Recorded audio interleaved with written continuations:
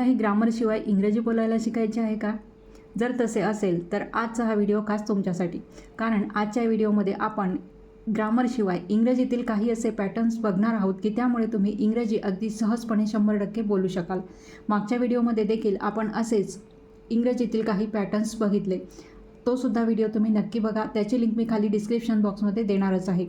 आणि आजच्या या व्हिडिओमध्ये सुद्धा आपण असे पॅटर्न्स बघणार आहोत की जे आपण रोजच्या बोलण्यातील वाक्यांमध्ये अगदी सहजपणे वापरू शकतो आणि त्यामुळे तुम्हाला अगदी 100% इंग्रजी बोलता येईल. तेव्हा तुम्ही आजचा हा व्हिडिओ स्किप न करता शेवटपर्यंत नक्की बघा. कारण शेवटचे जे पॅटर्न्स आहेत ते तर आपण रोजच्या जीवनामध्ये बऱ्याच वेळेला वापरत असतो. आणि हा व्हिडिओ जर आवडला तर व्हिडिओला नक्कीच लाईकसुद्धा करा. तर आता फर्स्ट पॅटर्न आहे आय फॉरगॉट टू. आता आय फॉरगॉट टू म्हणजेच काय की मी करायला विसरलो. म्हणजे एखादी गोष्ट तुम्ही जेव्हा करायला विसरता तेव्हा त्या वाक्याची सुरुवात तुम्हाला कशाने करायची आहे की आय फॉरगॉट टू. अशा प्रकारची वाक्य तर आपण नेहमीच आपल्या दैनंदिन जीवनात बोलत असतो. जसं की मी तुला फोन करायला विसरलो, मी दूध आणायला विसरलो, मी गॅस बंद करायला विसरले. तर फर्स्ट आहे मी तुला फोन करायला विसरलो. म्हणजेच या वाक्याची सुरुवात कशी येणार? I forgot to. I forgot to म्हणजेच मी विसरलो काय तुला फोन करायला, म्हणजेच to call you. I forgot to call you, मी तुला फोन करायला विसरलो. नेक्स्ट मी दूध आणायला विसरलो, म्हणजेच आय फॉरगॉट टू हे वापरूनच टाकायचं. आय फॉरगॉट टू आणायला म्हणजेच ब्रिंग. म्हणजेच आय फॉरगॉट टू नंतर तुम्हाला काय घ्यायचं आहे? वर्ब घ्यायचं आहे. I forgot to bring milk. बघा अशा प्रकारे हे सेंटेन्स येणार आहे. आय फॉरगॉट टू नंतर तुम्हाला त्या वाक्यातलं वर्ब घ्यायचं आहे, क्रियापद घ्यायचं आहे. आता नेक्स्ट आहे मी गॅस बंद करायला विसरले. म्हणजेच काय? आय फॉरगॉट टू वर्ब काय आहे? बंद करायला. पण काय बंद करायला? बंद करणे म्हणजेच क्लोज नाही, तर गॅस बंद करायला म्हणजे त्यासाठी तुम्हाला वापरावं लागणार आहे टर्न ऑफ. म्हणून इथे येणार आहे I forgot to turn off the gas. I forgot to turn off the gas किंवा I forgot to turn off the fan, I forgot to turn off the light. अशा प्रकारे तुम्ही वेगवेगळ्या प्रकारचे सेंटेन्स पण बोलू शकता. आता नेक्स्ट सेंटेन्स आहे मी माझे औषध घ्यायला विसरलो. आता मी माझे औषध घ्यायला विसरलो म्हणजेच आय फॉरगॉट टू. इथे सुद्धा काय येणार आहे? घ्यायला. म्हणजेच काय? त्यासाठी कोणतं वर्ब येणार आहे? तर take. I forgot to take माझे औषध म्हणून आपण इथे काय घेणार आहोत? I forgot to take my medicine. अशा प्रकारे हे सेंटेन्स येणार आहे. बघा I forgot to take my medicine. त्याचप्रमाणे तुम्ही अनेक प्रकारचे असे वाक्य बनवू शकता की जे तुम्ही आणायला विसरले किंवा एखादी गोष्ट करायला विसरले. आणि अशा प्रकारची वाक्य तर आपण इंग्रजीमध्ये मराठीमध्ये बऱ्याच वेळेला बोलत असतो. आता नेक्स्ट आहे I am ready to. I am ready to म्हणजेच काय? मी काही करायला तयार आहे. म्हणजे एखादी गोष्ट की जसं मी तुझ्यासोबत यायला तयार आहे, मी निघायला तयार आहे, मी तुला भेटायला तयार आहे. अशा प्रकारची असंख्य वाक्य आपण रोजच्या जीवनामध्ये दैनंदिन जीवनामध्ये बोलत असतो. तर त्यापैकी आय एम रेडी टू केव्हा वापरायचं की एखादी गोष्ट तुम्ही करायला तयार आहात त्यावेळेस तुम्ही त्या वाक्याची सुरुवात कशाने करायची? I am ready to. म्हणजे मी तुझ्यासोबत यायला तयार आहे. तयार आहे म्हणजेच इथे काय घेणार आहोत आपण? I am ready to. यायला तयार आहे म्हणजेच इथे वर्ब काय आहे? येणे, म्हणून कम. तुझ्यासोबत म्हणून आपण इथे घेणार आहोत विथ यू. अशा प्रकारे हे सेंटेन्स येणार. I am ready to come with you. मी तुझ्यासोबत यायला तयार आहे. त्यानंतर मी निघायला तयार आहे म्हणजेच आय एम रेडी टू.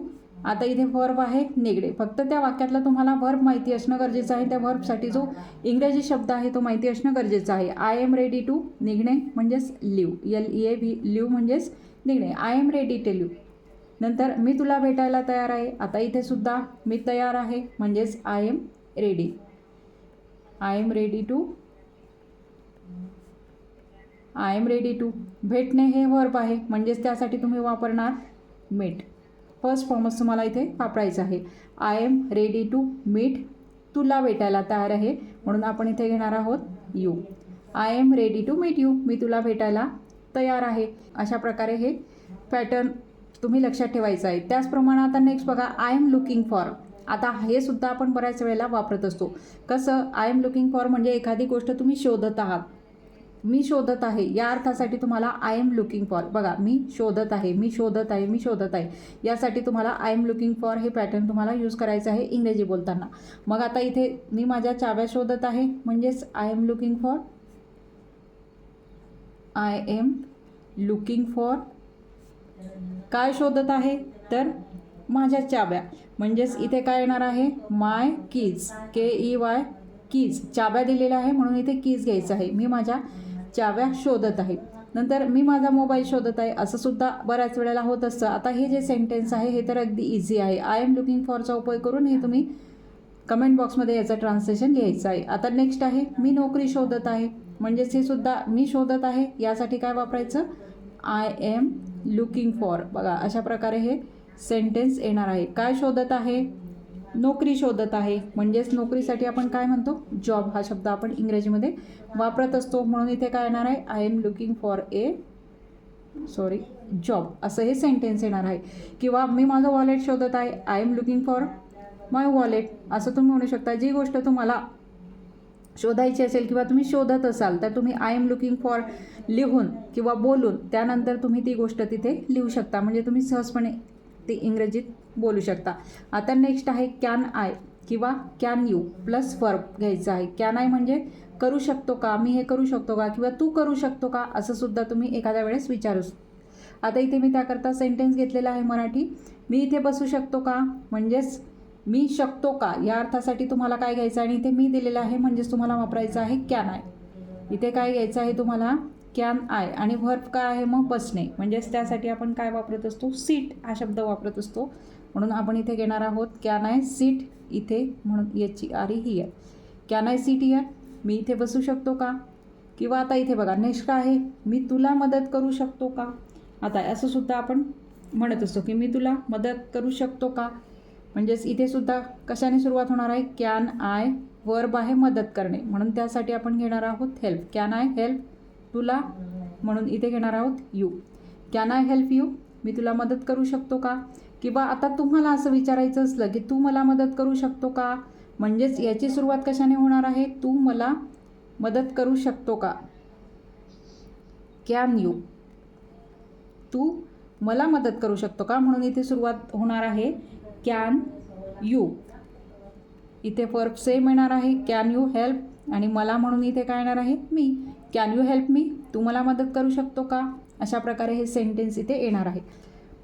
आता ते नेक्स्ट बघा काय आहे डू यू प्लस वर्ब, म्हणजेच हे तुम्ही पॅटर्न केव्हा वापरू शकता की एखाद्या वेळेस तुम्हाला एखाद्याला विचारायचं असलं की तू हे करतो का ते करतो का, तर त्यावेळेस तुम्हाला डू यू प्लस वर्बचा उपयोग करायचा आहे. जसं की तू इथे काम करतो का, तुला मदतीची गरज आहे का, तू कॉफी पितो का, अशा प्रकारचे सेंटेन्स. मग तू इथे काम करतो का म्हणजेच डू यू, त्यानंतर वर्ब काय आहे काम करणे, म्हणून आपण त्यासाठी वापरणार आहोत शब्द वर्क. डू यू वर्क, याची आरी हियर, इथे म्हणून इयर घेतलेला आहे. डू यू वर्क हियर, तू इथे काम करतो का.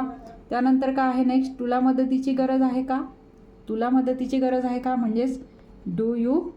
आता इथे काय आहे वर्ब मदत करणे म्हणून नीड हा शब्द तिथे येणार आहे इंग्रजीतून. डू यू नीड हेल्प, तुला मदतीची गरज आहे का, डू यू नीड हेल्प असं हे सेंटेन्स मग इंग्रजीतून येणार आहे. त्यानंतर तू कॉफी पितो का, किंवा तू चहा पितो का, तू कोल्ड ड्रिंक्स पितो का, सरबत पितो का, काही, किंवा तू ग्रीन टी पितो का असं तुम्ही विचारू शकता. मग इथे मी घेतलेलं आहे तू कॉफी पितो का, म्हणून इथे काय येणार आहे डू यू, त्यानंतर वर्ब काय आहे पिणे, त्यासाठी आपण वापरत असतो drink. Do you drink coffee. बघा आता कॉफीऐवजी तुम्ही इथे दुसरं काहीही यूज करू शकता. Do you drink coffee, do you drink tea, अशा प्रकारे तुम्ही इथे चेंजेस करू शकता.